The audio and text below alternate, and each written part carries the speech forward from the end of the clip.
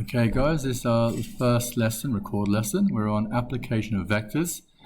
Now our learning goals today, as you can see in the top, are to work through these here. Your exercise activities will be to complete those questions from your textbook. Exercise 6F, if memory serves, on displacement and velocity. Right, I guess I'll start first. You've got some work on displacement keynote. So first of all, we need to know displacement is it's a vector quantity.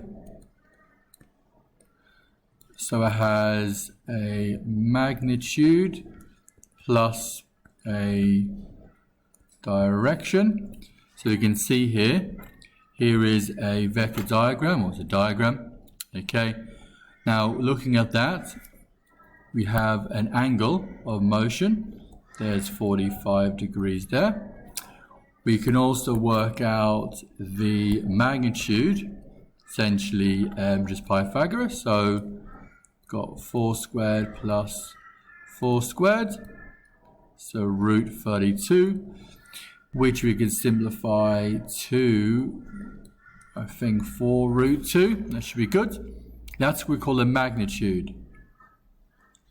Okay, that is a distance. If you want to make it a vector, we need to add direction as well. So it would be displacement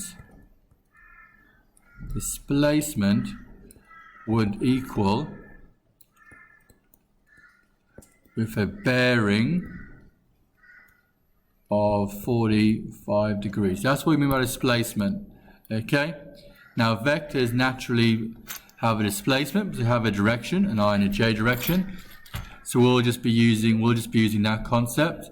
We need to recognize the magnitude of a vector, in this case here, would be your distance traveled, okay? 4 root 2, distance traveled, how big it is from here to there. When we add a bearing, we make a displacement, okay? So, same thing will happen to the velocity vectors. You can work out a magnitude of velocity vector, and that'll be a speed. But if you give it a direction as well, then it stays a vector. Right, our next question here, I can determine displacement of vector, speed of vector. There's our learning goal. So we've got 2 points, there they are. And as ever, you're well worth drawing some sort of diagram to help you, okay? Put it in black. Our points, I've got 2, 2, which I'll put just here. And I've got -1, 3, which will be just there, okay?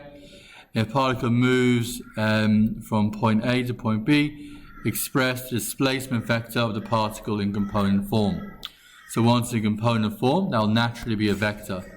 So, there is this motion, is gone that far across and that far down, okay? We can see in the I direction, we've gone 3I across, there's 3 units, and this is the J direction, we've gone down 1, so minus J, okay? And that would be its displacement vector, okay? Or d-displacement, whatever you want to call it. You can work out distance traveled, okay? If you want to work that out, it'd be 3 squared plus 1 squared. So root 10, that's distance, not displacement, okay? That's a scalar quantity. So you've got a vector and a scalar idea, okay? Right, so that would be our brief intro to displacement. Now velocity has lots of similar ideas. Velocity, you can have a velocity vector. You can have a general direction. For example, I could say something's going up 5 meters per second, okay? That's a scalar. It's a speed. I could say something's going 5 meters per second north, which is a vector, okay? So that sort of stuff we'll be looking at in terms of those two ideas of a velocity being a vector quantity, okay? That's a velocity this is just a speed. Doesn't tell you much about it, okay? Now for our work today, we're looking at velocity primarily. We're focusing on constant velocity. So something is traveling, let's say for example, a standard velocity vector might be 3i plus 4j, right, meters per second. Every second, that's how far it travels. We can work out its speed. We can do our Pythagoras again and say that's the speed of the which is also the magnitude, obviously, the vector. Yeah?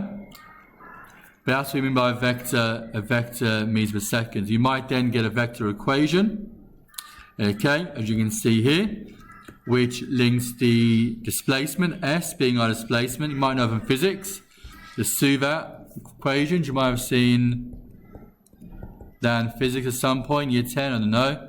But S often is used for displacement, all right? We might say, therefore, this displacement is this. So every single second it travels that far, okay? So we multiply how far it travels by a number of seconds, we get displacement. So you could do, say, t equals 4, t equals 5, t equals 6, whatever it might be, and work out how far it is from some fixed point,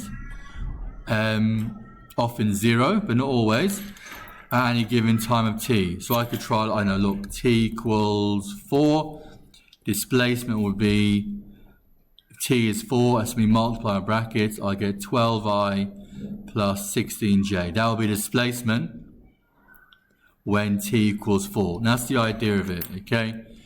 Use your velocity vector, times it by the number of seconds or minutes or hours, whatever it might be, and then you get a displacement, how far you travel in that time. Now we'll start looking at some examples here, okay? So I can determine a position vector of a moving particle.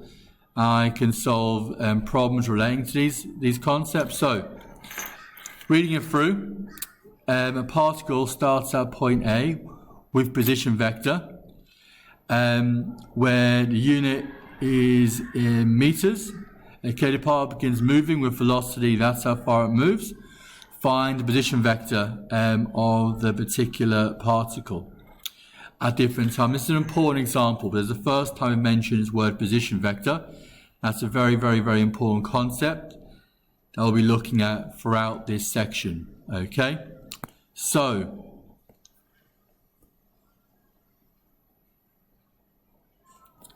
here is a graph, okay? Now I've told this object O to A, this is basically where it starts, has a position vector OA, so A is here, I and 3J, there you go, roughly there. Okay, there's the point A, I plus 3J, okay?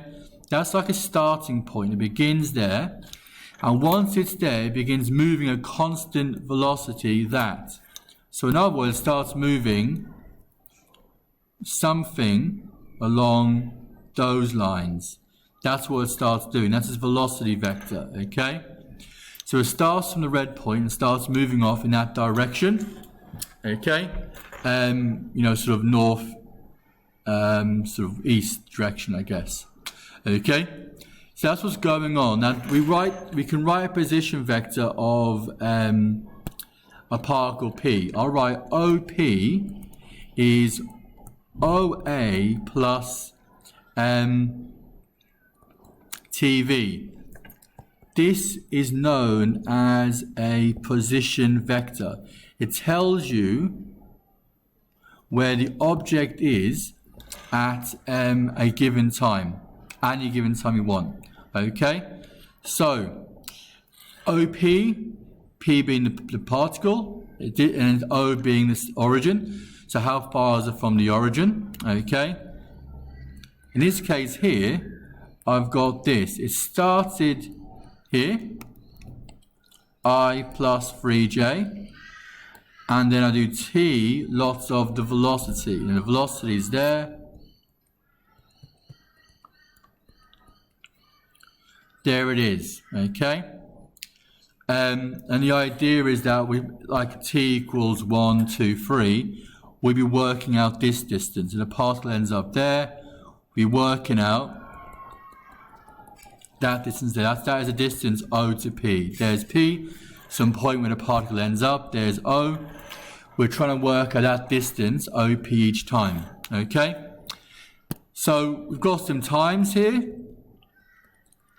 T equals 5, sub in T equals 5, so OP at 5, I do I plus 3J, 5 lots of 2I plus 4J,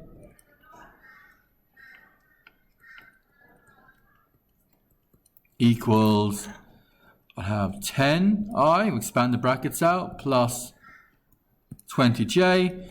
Combine the I and J components, there's 11I and 23 lots of J. Okay, so that is the first example of it. Okay, we can do part B. That's already done, in fact. That's the general form of it. After t seconds, there's B there. Okay, that's the general form of that particular equation. Okay, right. That is the first section of our notes done. The next video will have the complex problems. So the complex problems are down here, problem solving skills, okay? But those, the first two are your, I guess, simple, familiar core skills. So make sure you know them well, please.